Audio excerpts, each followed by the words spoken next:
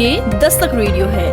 नमस्कार, आप सुन रहे हैं दस्तक टाइम्स का 5 मिनट का न्यूज बुलेटिन दस्तक अब तक। मैं हूँ प्रियंका। शाम 5 बजे की बड़ी खबरों के साथ।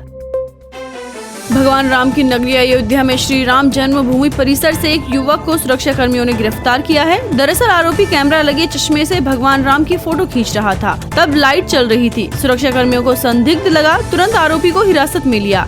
आरोपी के चश्मे की जांच कराई तो पता चला कि उसके चश्मों में खुफिया कैमरा लगा हुआ है। इलेक्शन कमीशन ने मंगलवार को दिल्ली विधानसभा चुनाव के कार्यक्रम की घोषणा की है। मुख्य चुनाव आयुक्त राजीव कुमार ने बताया कि दिल्ली की 17 सदस्य विधानसभा के लिए एक चरण में 5 फरवरी 2025 को मतदान होगा। चुनाव नतीजे 8 फरवरी 2025 को घोषित होंगे। सीईसी राजीव कुमार ने कहा कि इस बार दिल्ली में 1,55,24,000 मतदाता वोट डालने के योग्य हैं। दिल्ली विधानसभा चुनाव के लिए कुल 13,033 पोलिंग बूथ बनाए जाएंगे। साथ ही मुख्य चुनाव आयुक्त ने बताया कि 85 वर्ष से अधिक उम्र के वरिष्ठ नागरिकों और दिव्यांग मतदाताओं के लिए भी घर से मतदान की सुविधा रहेगी। जो दिव्यांग पोलिंग बूथ पर जाकर वोट डालना चाहेंगे उनके लिए व्हील चेयर की व्यवस्था की जाएगी और रैंप बनाए जाएंगे।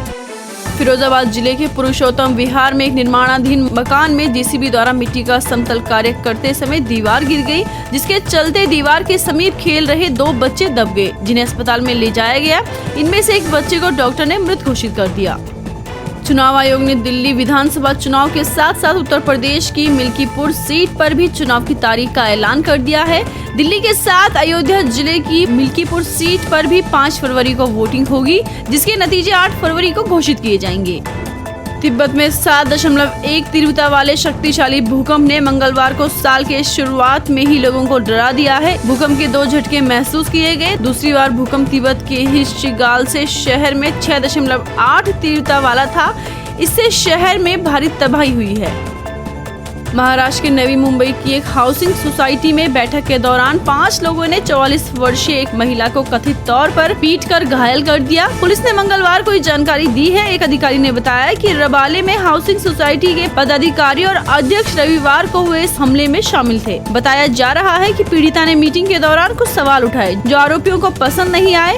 उन्होंने कथित तौर पर उसके साथ गाली गलौज की और साथ ही जमीन पर धकेल दिया और पिटाई शुरू कर दी। बिहार की राजधानी पटना से करीब 15 किलोमीटर दूर पुलिस ने 2 बदमाशों को एनकाउंटर में ढेर कर दिया है। इसके अलावा एक घायल बदमाश को गिरफ्तार कर लिया गया है। बदमाशों के साथ हुई इस मुठभेड़ में एक पुलिसकर्मी को भी गोली लगी है, जिन्हें इलाज के लिए अस्पताल में भर्ती कराया गया है। मध्य प्रदेश की मोहन यादव सरकार ने अपने सरकारी कर्मचारियों से प्रॉपर्टी का ब्यौरा जमा कराने के लिए कहा है। इसके लिए 31 जनवरी की डेडलाइन भी दी है। सामान्य प्रशासन विभाग द्वारा आदेश जारी करते हुए सरकारी कर्मचारियों को 31 जनवरी तक अपनी अंचल संपत्ति का ब्यौरा पेश करने के निर्देश दिए गए हैं। अधिकारी कर्मचारियों को निर्धारित फॉर्मेट में अचल संपत्ति की जानकारी देनी होगी। इसमें उन्हें बताना होगा कि वर्तमान में वो किस पद पर है और उनकी कितनी सैलरी है।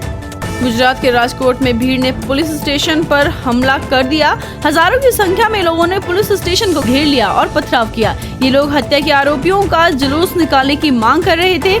हालात बेकाबू होता देख कई और थानों से फोर्स बुलाई गई। भीड़ को तितर बितर करने के लिए आंसू गैस की गोली दागी गई।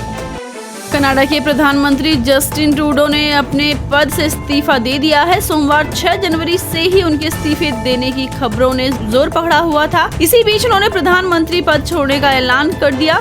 जस्टिन ट्रूडो के कनाडा की सत्ता से बाहर होने के कई कारण बताए जा रहे हैं, जिसमें पार्टी की आंतरिक बगावत भी शामिल है। लेकिन ट्रूडो के इस्तीफे के पीछे एक वजह अमेरिका की सत्ता में डोनाल्ड ट्रंप की वापसी भी मानी जा रही है। अलीगढ़ की जामा मस्जिद को लेकर नया विवाद खड़ा हो गया है। आरटीआई एक्टिविस्ट केशव देव गौतम ने अदालत में याचिका दायर कर मस्जिद को हिंदू किला बताया है। याचिका में दावा किया गया है कि मस्जिद के पास ओम का निशान मौजूद है और ये असल में हिंदुओं का बाला किला है। याचिका में ये भी कहा गया है कि मस्जिद सार्वजनिक भूमि पर बनी है और इसे सरकारी नियंत्रण में लाया जाना चाहिए। भारतीय मौसम विभाग ने उत्तर प्रदेश में शीतलहर और घने कोहरे की चेतावनी जारी की है। राज्य के विभिन्न हिस्सों में 7 और 8 जनवरी के दौरान शीत दिवस से लेकर भीषण शीत दिवस की स्थिति बनी रहने की संभावना है। विभाग ने बताया है कि 6 से 9 जनवरी के बीच कुछ स्थानों पर रात और सुबह के समय बहुत घना कोहरा छाया रह सकता है। लोगों को सतर्क रहने और आवश्यक सावधानियां बरतने की सलाह दी गई है। तो ये थी शाम 5 बजे तक की खास खबरें। और भी ऐसी खास खबरों को जानने के लिए सुनते रहें दस्तक रेडियो।